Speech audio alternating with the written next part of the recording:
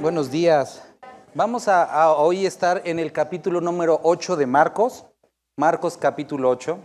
Es un capítulo interesante porque trae una pequeña porción que describe una sanidad que para algunos les da algún como trabajo cómo explicarlos, o más bien, no ni siquiera cómo explicarlo, a lo mejor asimilarlo.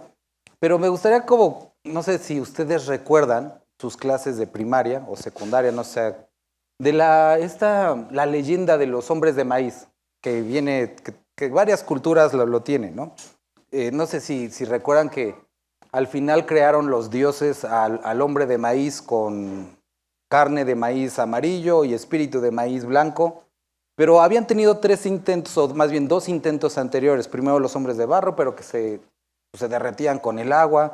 Después los de madera, que eran muy fuertes, que sí duraban, pero que no tenían sentimientos. Entonces primero pues los tuvieron que deshacer porque no servían, y los siguientes otra vez, hasta que le dieron al blanco los dioses que pues estaban como experimentando a ver cuál pegaba, ¿no? Desafortunadamente a veces pensamos que así es Dios en algunos aspectos. Y esta sanidad que vamos ahorita a leer es este milagro que viene descrito en el libro de Marcos, cuando Jesús sana a un ciego de una manera un poco extraña porque le escupe, y primero pareciera ser que como que no sanó, y Jesús le dice, no, pues híjole, vamos a hacer otra vez otro intento a ver si ahora sí me sale, como si Jesús de alguna forma le hubiera faltado poder, le hubiera faltado fe, no lo hubiera hecho bien y tiene que volver a intentarlo, o así de alguna forma algunos lo llegan a entender. Y pensamos que Dios puede llegar a equivocarse.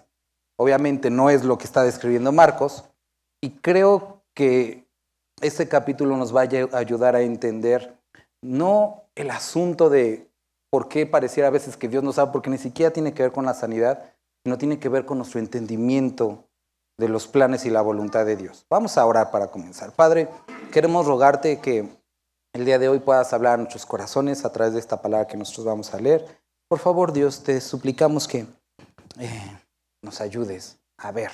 Te bendecimos y alabamos. Amén. Sale, hermanos. Vamos capítulo número 8.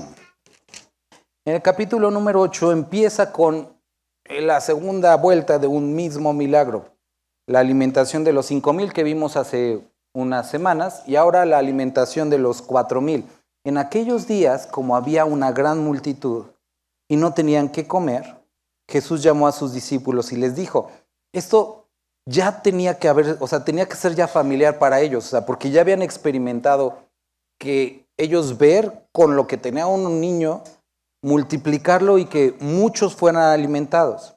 Aquí en esta porción nos explica una razón importante que no tengan que olvidar, y les pido que la subrayen. Jesús llamó a sus discípulos y les dijo, ¿qué? Tengo compasión de la gente. Ese era el asunto detrás de esta alimentación. Tengo compasión de la gente. Tienen muchos días, no hay nada que comer y yo tengo compasión. El asunto aquí, la pregunta era, ¿y ustedes? Ustedes como mis discípulos que supuestamente me están siguiendo, que deberían de, pues no sé, como hacer lo mismo que yo, ¿tienen compasión? Porque a diferencia del otro milagro que vamos a leer, en el otro milagro usaron los peces y el pan ¿de quién? De un niño. Pero ahora les pide que usen la comida que ellos tienen, ¿sale?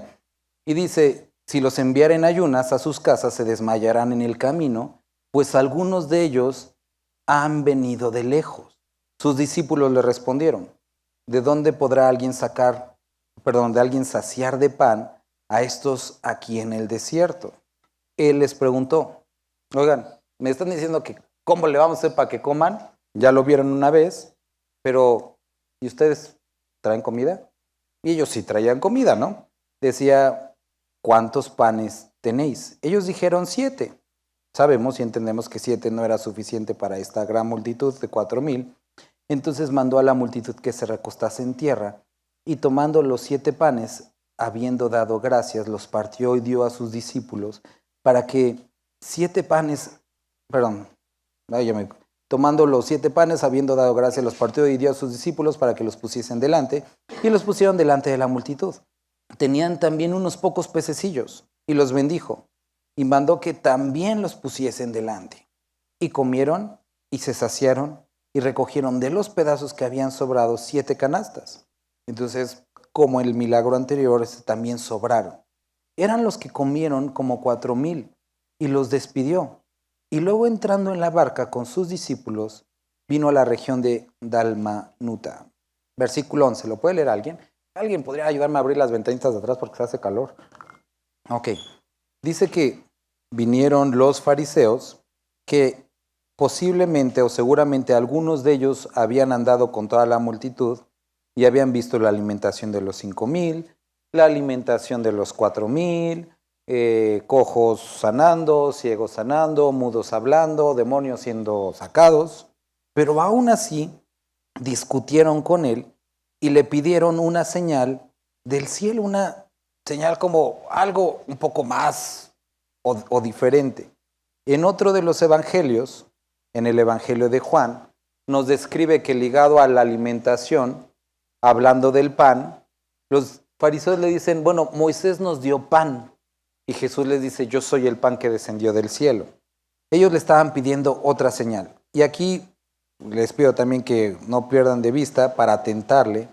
Y gimiendo en su espíritu, entristecido, dijo, ¿por qué piden señal esta generación? De cierto os digo que no se da señal a esta generación. Y dejándolos, volvió a entrar en la barca y se fue a la otra ribera. Y posiblemente cuando hemos leído esto, hayamos platicado o entendido que pues lo que ellos estaban pidiendo era como otra cosa y Jesús nomás los dejó así porque se enojó, que obviamente no es el caso, ¿no? Habiendo olvidado de traer pan, habían olvidado de traer pan y no tenían sino un pan consigo en la barca. Y les mandó diciendo, mirad, y también vean esta palabra mirad, vean por favor, presten atención, guárdense de la levadura de los fariseos y de la levadura de Herodes. Y discutían entre sí diciendo, seguro es porque se nos olvidó el pan y no quiere que le pidamos pan a los fariseos porque pues, son mala onda y Jesús no les va a aceptar nada a los fariseos, lo cual pues no tenía nada que ver con eso. Y entendiéndolo Jesús les dijo, ¿qué discutís? ¿Por qué no tenéis pan? ¿No entendéis ni comprendéis? ¿Aún tenéis endurecido vuestro corazón? Y este es un asunto también que debemos subrayar. Y también el siguiente, teniendo ojos no veis, y teniendo oídos no oís, y no recordáis. Y les dice, a ver, cuando partí los 5 panes entre 5,000, ¿cuántas cestas llenas de los pedazos recogiste? Y contestaron, 12.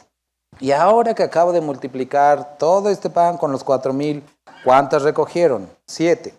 Haciéndonos o confirmándonos a los que estamos leyendo que de hecho fueron 2 milagros por separado. Y les dijo, ¿aún no entienden? Y ahora sí, versículo 22. Vino luego a Betsaida y les trajeron un ciego y le rogaron que le tocase.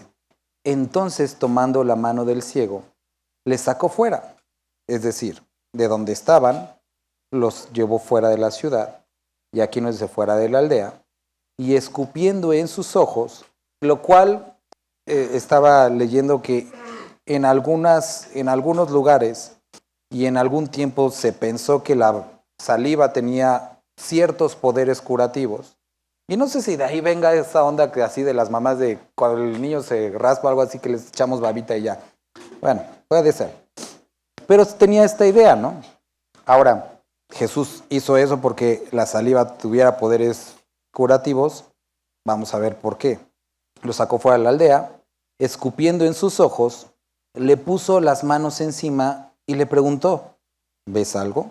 Él mirando, y quiero que notes que él, después de hacer esto, él le pregunta, o sea, sabiendo, entendiendo que no iba a ver completamente, pero le dice, ¿qué es lo que ves? O sea, ¿estás viendo algo?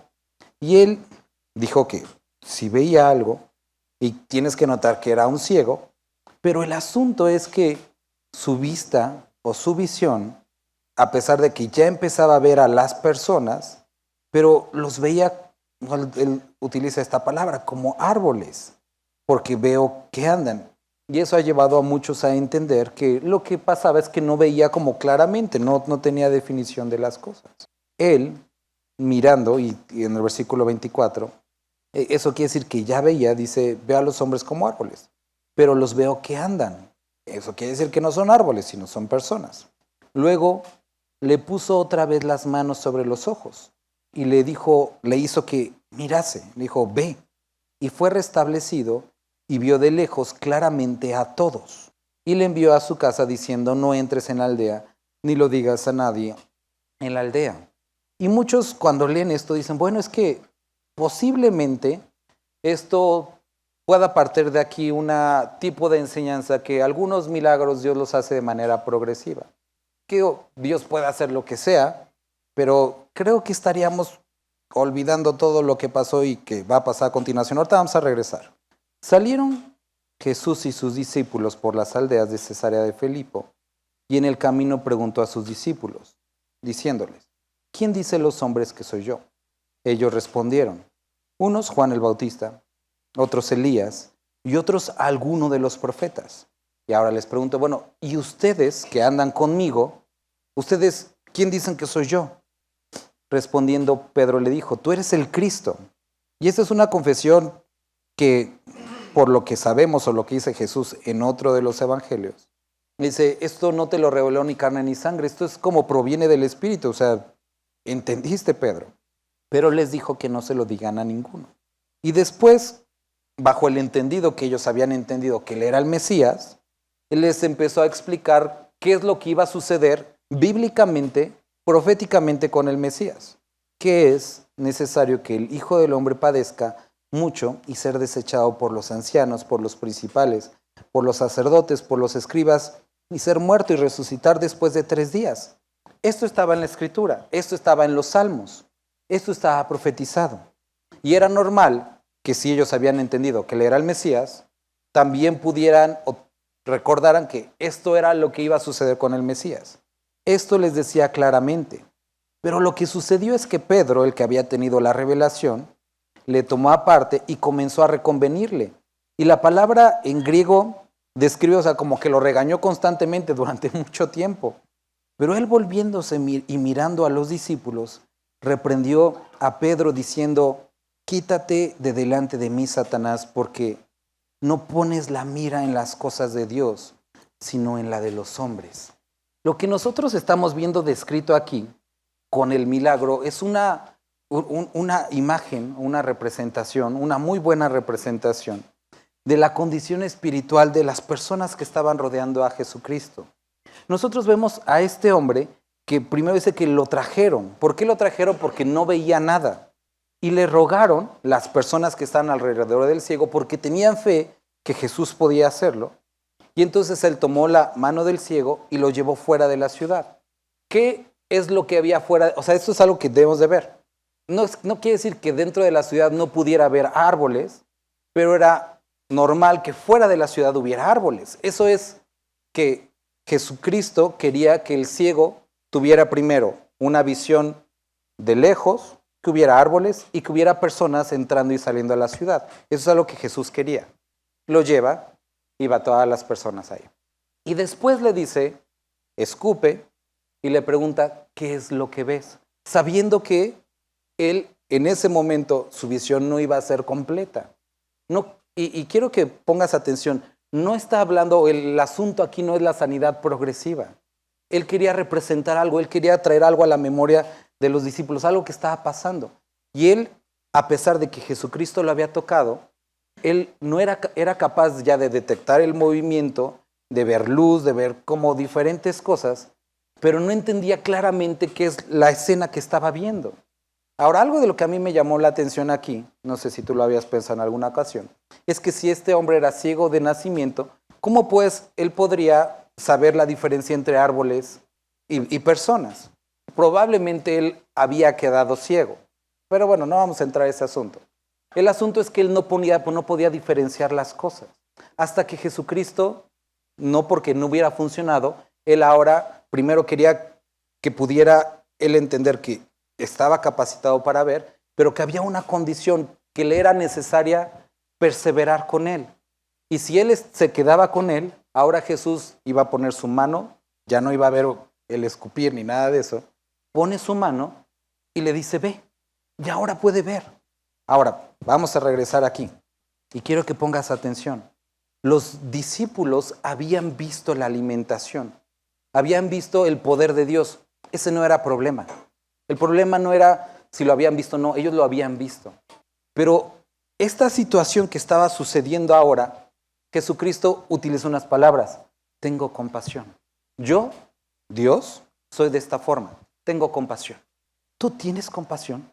Y vemos por la respuesta de los discípulos que ellos no querían dar lo que ellos tenían, porque decían, oye, es que si convidamos, ¿qué vamos a comer nosotros? A pesar de que sabían que su Señor tenía cuidado de ellos. Pero bajo la solicitud del maestro de vamos a darles de comer, ellos no respondieron como deberían de responder personas que ya habían visto su poder. Y vemos que es la misma condición del ciego. Habían visto, pero estaban en una visión parcial de las cosas. Y necesitaban el permanecer con su Señor y poder continuar entendiendo cuál era el carácter de Cristo. Tengo compasión. Y queridos hermanos, o sea, el asunto con muchos de nosotros que estamos aquí, y creo que es un tema que hemos repetido mucho, no es la falta de entendimiento de la Escritura o de conocimiento, sino a veces pareciera que caminamos con una versión parcial. Va aquí a describirnos ahorita el asunto de los fariseos y nos va a decir cómo es que se ve una visión parcial, pero aquí vemos a un Cristo con compasión y a unos discípulos buscando lo propio. Continúa y cuando llega al versículo 11 y 13, vemos a un grupo de fariseos que igual, no es que no hubieran visto milagros, pero tenemos que recordar cuando Jesucristo habla con Juan, qué tipo de milagros estaba haciendo. Los cojos andan, los ciegos ven, y todos estos milagros estaban escogidos de cierta forma que cumplieran las profecías. Los milagros tenían un propósito. Tenían el propósito de mostrar la deidad de Cristo, el poder de Cristo y el cumplimiento de las profecías. No eran al azar. Pero los fariseos, a pesar de ver que Jesucristo cumplía la profecía, a su percepción de las cosas, Jesucristo no encajaba con la imagen del Mesías que ellos deseaban. Y le piden una nueva señal. Algo que encaje un poco más con su perspectiva teológica de cómo debían de ser el Mesías. Y vemos nuevamente a personas que, a pesar de que habían visto, no estaban entendiendo. Por una parte, personas que Dios revelando su carácter, no se identificaban o no estaban practicando el carácter. Vemos después a personas que a pesar de ver obras, señales, conducta, ellos no lo reconocían porque no se ajustaba a sus propósitos. Y quiero que empezamos a ver que esta ceguera espiritual no hay una imitación del carácter de Cristo, hay una diferencia de propósitos. Y puede ser, hermano, que a lo mejor el día de hoy, como creyentes, estemos andando, vamos, ustedes saben esto, de cierta forma como ciegos, porque no nos estamos identificando y practicando el carácter de Cristo, o dos, tenemos propósitos diferentes y caminos diferentes a los que Dios tiene. ¿Cómo es que un creyente podría hacer eso? ¿Cómo de que no? Hace falta que a lo mejor echemos un poquito de ojo a nuestra semana. Cristo aquí nos pone el ejemplo de la piedad, la compasión, pero puede ser el amor, puede ser el perdón, puede ser la misericordia, va a tratar el tema del sacrificio y nos identificamos y caminamos, imitamos ese tipo de cosas. Si no, puede ser que a pesar de estar viendo, como les dice a sus discípulos aquí, no comprendéis. A pesar de tener oídos, no escuchas. ¿Por qué? Y aquí adelante en el versículo 18, ya lo leímos, porque tienen endurecido el corazón. Su corazón es duro. Y siguen con una forma, una idea, que ustedes piensan que así debería de ser Dios, así debería ser el cristianismo. Pero no es así. Ellos estaban pidiendo señal. Y ellos estaban demandando algo que Jesús no estaba dispuesto a dar y que no era necesario que diera. Y puede ser que tú y yo estemos buscando algo de Dios que Él no va a dar y que no tiene necesidad de hacer. Y muchos creyentes, muchas iglesias, muchos ministerios están en búsqueda de algo que Dios nunca prometió y que a lo mejor nunca van a ver.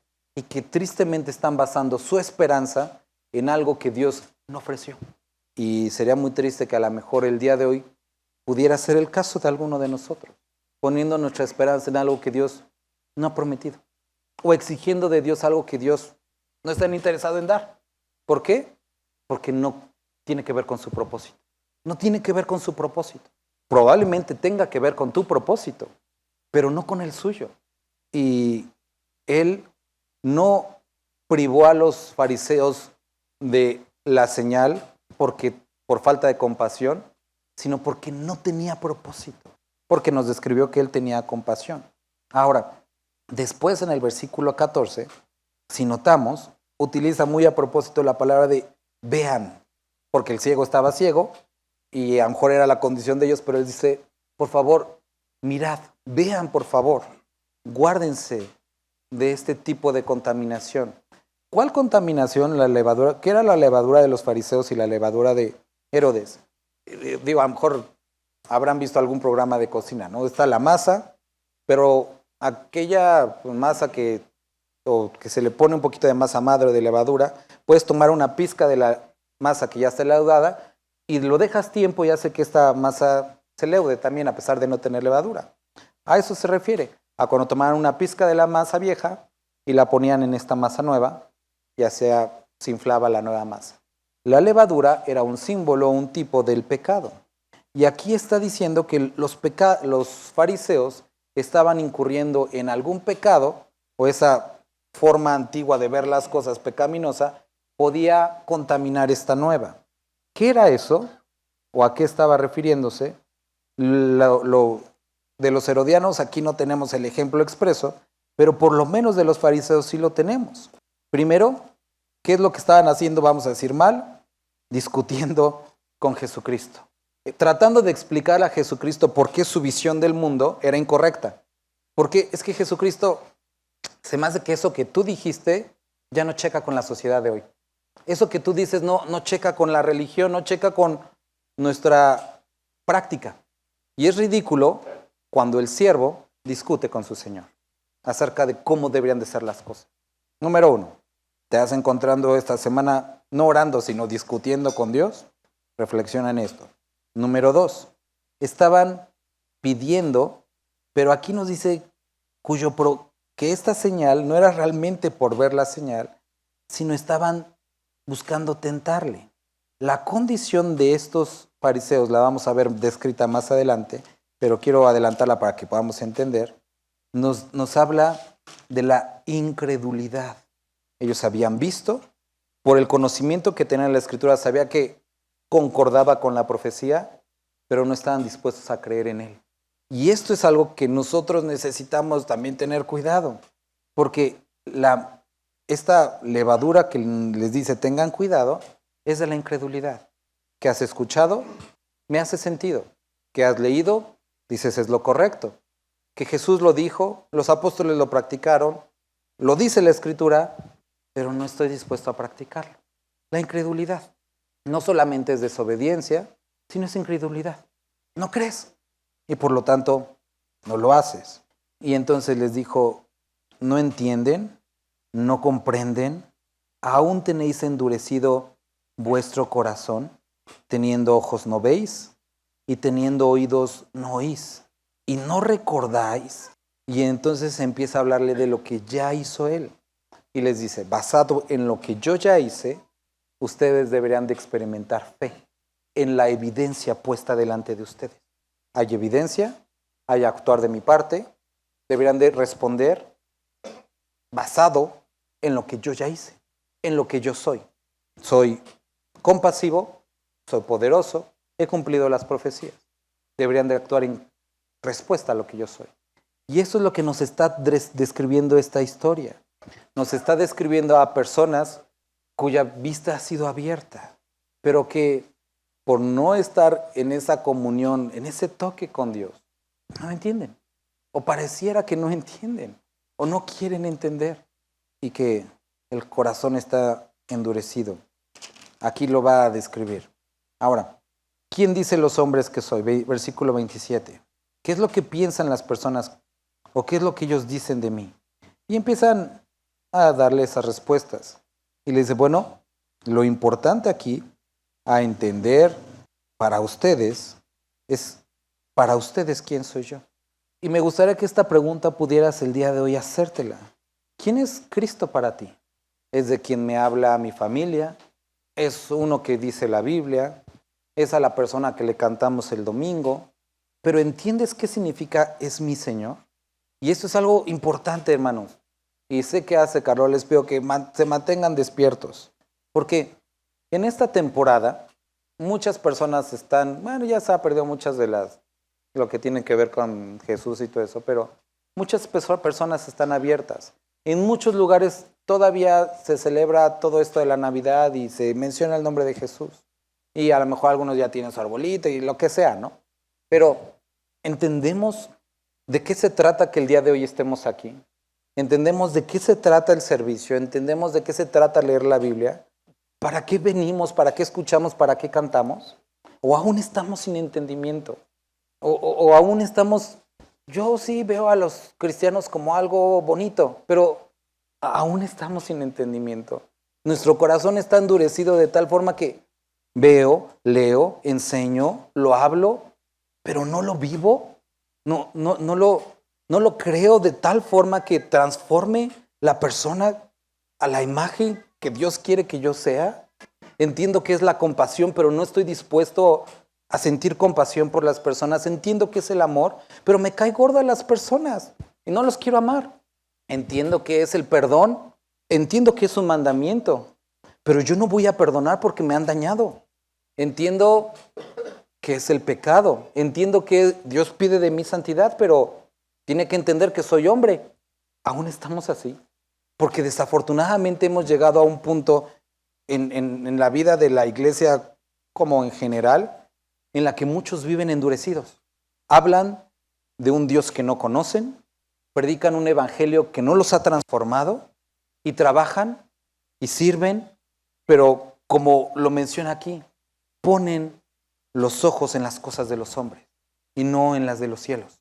Y sería muy triste que nuestros ojos, habiendo siendo abiertos, sigamos viendo a los hombres como árboles y que no estemos, Dios, abre mi entendimiento, transfórmame, que no tengamos esa persistencia, ese deseo de, sin ti no soy nada, sin ti no tengo nada. Les preguntan, ¿quién soy yo? Para ustedes, ¿quién soy yo? En el ministerio que estoy trabajando también de las motos, ahorita estoy haciendo entrevistas entrevistas como de la Biblia, ¿no? Para los que quieren como unirse. Y hace 2 semanas me llamó mucho la atención porque una de las preguntas, o sea, hay varias preguntas, pero una de las preguntas es, ¿quién es Dios? Y lo que se espera, ¿no? Que digan a lo mejor alguno de los atributos y cosas que dijo el Padre y el Espíritu Santo. Hay como algunas como respuestas sugeridas que yo tengo ahí anotadas, ¿no? Pero le hice esta pregunta a un hermano, ¿no? Le dije, ¿quién es Dios? Y se puso a llorar. O sea, esa pregunta fue suficiente para hacerlo llorar y me hizo a mí llorar. O sea, yo dije, este hombre, o sea, realmente, o sea, Dios es Dios para él. Porque al tratar de describir quién era Dios, las palabras no fueron suficientes. Y salió algo en él, su corazón quebrantado, porque no pudo describir lo que para él era todo. Y desafortunadamente el día de hoy hay muchos creyentes que, y no necesito que todos se pongan a llorar para eso, pero que cuando hablan de Dios no hay pasión en sus bocas, no hay pasión en su servicio, no hay un brillo en sus ojos cuando hablan de Dios. Es más, no hay Dios en su vocabulario. Y sí, se dicen estar afiliados con Dios, pero en su vida no hay nada que demuestre que es todo. Es como cuando a los de secundaria les dices, oye, ¿cómo se llama tu novia? Y se les ilumina el rostro. Y no ves eso en muchos creyentes el día de hoy, porque están buscando la forma de asegurar como su entrada al cielo, pero al mismo tiempo disfrutar todo aquí en el mundo. Y están en esa búsqueda de lo personal. y no se han sometido al señoría de Cristo. Y por eso les pregunta, para ustedes, ¿quién soy yo? ¿Quién soy yo para ustedes? Una de las preguntas que me hacía mucho mi esposa cuando éramos nuevos, mucho seguido, que no les voy a dar la respuesta porque solamente se la doy a ella, me preguntaba, ¿por qué me amas? Esa era una pregunta que a mí como que la primera vez dije, híjole, ¿cómo se contesta esto? Dije, porque aquí hay trampa en esto. Y me dijo, ¿por qué me amas? Y la pasé bien, creo yo. Pero ese tipo de preguntas como esta, ¿quién soy yo para ustedes? Es algo que debemos saber contestar, que nuestro corazón debe tener una certeza. ¿Quién es Cristo para mí? Y Pedro contesta, tú eres el Cristo. Vemos en los otros evangelios, el Hijo del Dios viviente. Y Jesús dice, o sea, muy bien, eso te lo dijo el Espíritu Santo. Has entendido esto. Pero después vemos que cuando le explica qué significa que Cristo sea Cristo, que es morir, sacrificarse por nosotros, Pedro no lo entiende, a pesar de que estaba ahí. Y empieza en su sabiduría a regañar a Jesús. Jesús, no tendrías que morir, no tendrías que sufrir. Y le dice esto, quítate delante de mí, Satanás. No porque Pedro fuera Satanás o porque hubiera sido poseído, sino porque Cristo entendió de dónde venía esto. El mismo hombre que había prestado su oído a la revelación del Espíritu Santo, ahora había prestado su oído a las cosas de este mundo, a Satanás. Y le dice, porque no pones la mira en las cosas de Dios, sino en la de los hombres. Y nos va a empezar a explicar. Y llamando a la gente, imagínense qué pena, ¿no? Está Pedro, que lo acaba de decir, oye, esto no te lo reveló sino el Espíritu Santo, y todo el mundo quedó impactado por Pedro. Y ahora a Pedro le dice, apártate de mí, Satanás. Y dice, a ver, gente, vengan para acá todos. Y Pedro así como que no les vayas a decir nada. Bueno, ahí está Pedro. Y le dice, llamando a la gente y a sus discípulos, y han de haber dicho, sí, ya lo va a regañar. Si alguno quiere venir en pos de mí, niéguese a sí mismo. Una de las cosas que leímos en Marcos al inicio es que al principio de su vida, o sus años de juventud, Cristo era una persona, dice, que crecía en sabiduría y que era, no solamente crecía en su sabiduría, sino que era bien visto o que tenía buena aceptación delante del pueblo. Las personas, o sea, Jesucristo era ese tipo de personas que las personas querían a Jesús. Y vemos aquí que muchas personas lo seguían. Ahora, para los que diseñan imagen política y todo eso, Cristo seguramente hubiera sido un problema trabajar con Jesucristo, porque a pesar de que jalaba a las multitudes, cosas como estas derrumbaban todo esfuerzo de imagen y de todo. Y este es el asunto. Jesucristo les dice, oigan, ustedes dicen que soy el Cristo, ustedes dicen que soy su Señor. Les voy a explicar lo siguiente. Si quieren seguirme, si en verdad quieren ver, lo que tienen que ver y lo que tienen que entender es que para seguirme tienes que negarte a ti mismo. Y este es el Evangelio. Tienes que morir. Y esto es algo por lo que algunos a lo mejor dirán, híjole, yo ya había traído a mi invitado y ahora le sales con esto. No interesa. Si tú quieres seguir a Cristo, este es el costo. Es que me gusta escuchar, pero no estoy dispuesto a sacrificar. Adelante, puedes seguir viniendo, pero esto no va a cambiar. Y vas a tener que enfrentarte, tarde o temprano, con esto. Hay una decisión que tomar. La de morir a ti mismo para seguirle. O ser un espectador. Pero es un espectador aquí. Porque el cielo, la presencia de Dios, la comunión con Dios no está hecho para espectadores. Está hecho para hijos. Y el hijo, el que es salvado, pone su fe en Cristo, pero muere a sí mismo. Y esto no lo digo yo, no lo dijo Pedro. Y esto sigue siendo verdad hoy y siempre. Tienes que negarte a ti mismo. Ahora, esto no es una cuestión de un diálogo o de una oración, decir, Dios, en el nombre de Jesús, me niego a mí mismo. No, esto es un fruto. Esto es una forma en la que uno vive. No tiene nada que ver con el ascetismo que se practicó hace años durante la Edad Media, donde el ser humano se golpeaba, se privaba de ciertos alimentos, se ponía cadenas para apretarse en el muslo. No tiene que ver con el sufrimiento o la búsqueda del sufrimiento para demostrar algo con Dios. tiene que ver con dejar de pedir señales y decir, eso es lo que tú has querido mostrar. Tiene que ver con, eres compasivo, yo tengo que ser compasivo. Tiene que ver con Jesús explicándonos el camino, dejar de discutir con Él. Tiene que ver con dejar de poner los ojos en lo que nosotros vemos en esta tierra y hacer caso a lo que Él está pidiendo. Y Él nos pide, niéguense a mismo, es decir, síganme, tomen su cruz.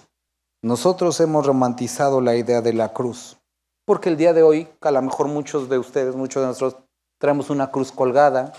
Algunos a lo mejor tienen un tatuaje de una cruz, lo tienen en sus carros o en su casa, una cruz, y lo vemos como algo como, pues sí, es la imagen del cristianismo, de Jesús.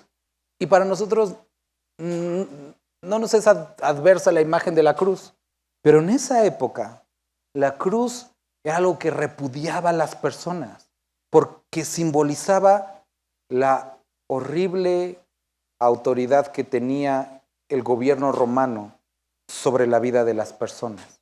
Y no sé ni siquiera el día de hoy, porque también se ha idealizado la violencia, ¿qué podríamos usar como ejemplo?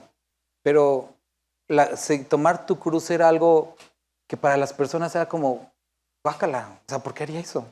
Y sí, o sea, digo, ahorita la verdad había pensado algunos ejemplos, pero no sé, antes no sé si recuerdan, ¿no? Cuando empezó más común, por ejemplo, todo esto, el ver los tatuajes que traían las maras, ¿no?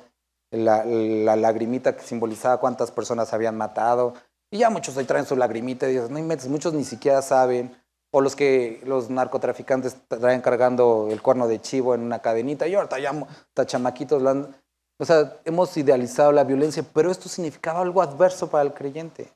Y el tomar tu cruz, obviamente tampoco tenía nada que ver con el romano, pero tenía que ver con seguir lo que Jesucristo iba a hacer, un sacrificio propio por el bien de los demás. Jesucristo iba a dar su vida por el bien de los demás. Y el tomar tu cruz, hermano, no es tu suegra, no es tu suegro. El tomar tu cruz tampoco es, ay, mis hijos, la cruz que me... Tampoco son tus hijos.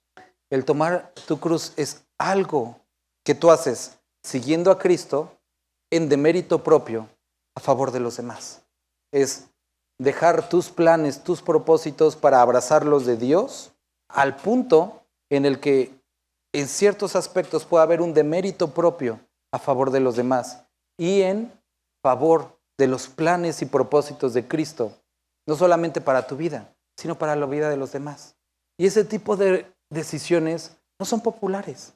Ese tipo de decisiones no son lo que generalmente buscamos y varían de cada persona. Hay personas que, por ejemplo, no sé, podemos encontrar misioneros que están, no sé, en alguna selva. Y no a todos nos va a pedir que vayamos a una selva. No a todos. Y sería un error decir, tienes que dejar tu trabajo para irte a la selva. Es un error. Pero si te lo pide, ¿lo harías? No a todos les va a decir, dejen su trabajo. No, por supuesto que no. Pero si te lo pide, lo harías.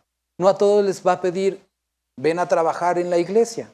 Pero si te lo pide, lo harías. No a todos les va a decir, di enfrente de tu familia que eres creyente. Pero si te lo pide, ¿lo harías? Y hay personas que el costo social o personal es el mismo, como si fueran a la selva, como decir enfrente de toda su familia, soy creyente. Pero si te lo pide, ¿lo harías? Y esto es lo que está describiendo.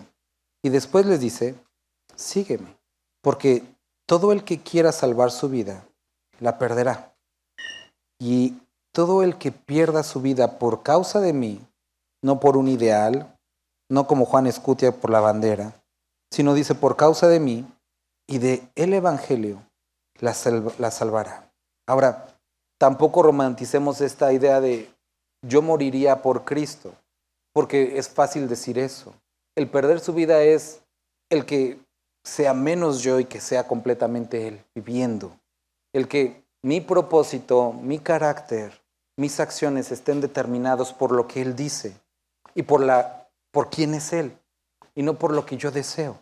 Cosa que no vemos ni en los fariseos, en cierto momento ni en los discípulos y en cierto momento ni siquiera en Pedro, pero que nos está pidiendo a todos que lleguemos al momento en el que tomemos esta decisión. Ahora, aquí nos dice, porque Versículo 36. ¿Qué aprovechará el hombre si ganare todo el mundo y perdiere su alma?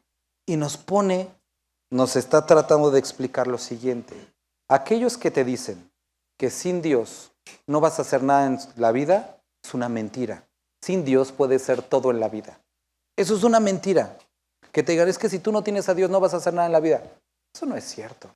Porque hay muchísima gente que no tiene a Dios y que logra todo en el mundo. Hay mucha gente.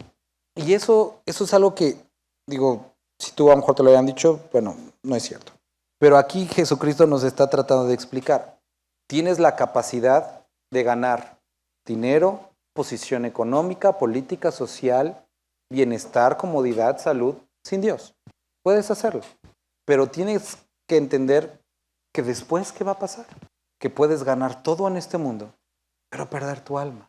Oye, pero ¿a poco no se puede tener mucho y aparte a Dios? Por supuesto. ¿Y a poco entonces, si se tiene más o menos y Dios, también? ¿Y si no se tiene nada en este mundo y a Dios, también? Pero no está describiendo aquí ni siquiera un sistema de recompensas ni nada. Está describiendo una decisión. Dejar todo atrás y si Dios quiere darte mucho o poco, ese es asunto de Él, pero que lo tengas a Él. Y no porque Jesús esté triste ahí sentado en el cielo, ay, no me quieren hacer caso. No, esto tiene que ver con nosotros y con entender quién es Él para mí. Es una respuesta a su señorío. Esto no es una cuestión ni de conveniencia, ni de, bueno, pues ya, para que no esté moliendo el Jesús y lo va a hacer caso. No tiene que ver con eso. Tiene que ver con un reconocimiento de quién es Él. Por eso la pregunta, ¿quién es Cristo? Porque Él no es más Dios si tú lo aceptas, no es menos Dios si lo aceptas. Él no gana nada si tú lo aceptas, o no pierde algo si no lo aceptas. Él es Dios. Esa es la respuesta natural de la creación ante su Creador. Reconocerlo y someterse a Él. Simple. Ni siquiera es un aspecto de voy al cielo o no voy al cielo. Ese es un aspecto de reconocer quién es Él. Y como entiendo quién es Él, entonces mi vida tiene que ser transformada por esa verdad. Pero si lo quieres seguir, entonces esto es lo que tienes que hacer. Negarte a ti mismo, tomar tu cruz y seguirlo. Así se ve seguir a Cristo. Y después dice, porque ¿qué aprovechará el hombre si ganara todo el mundo y perdiere su alma? ¿O qué recompensará dará el hombre por su alma?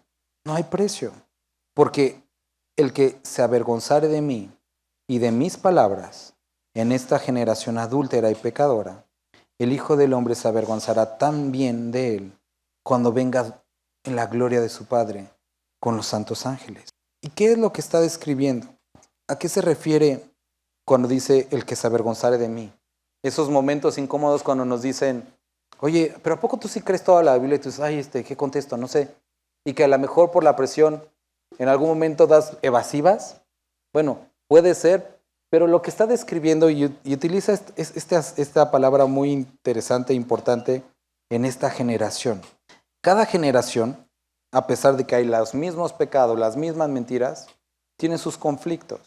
Y podemos llegar a pensar que los conflictos que está viviendo el día de hoy esta sociedad son exclusivos y que la palabra de Dios no tiene nada que ver con ellos.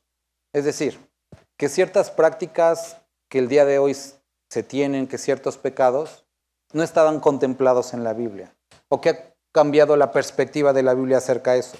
Es falso, porque muchos de los conflictos que tenemos el día de hoy se han repetido generación tras generación, solamente tienen un tinte diferente.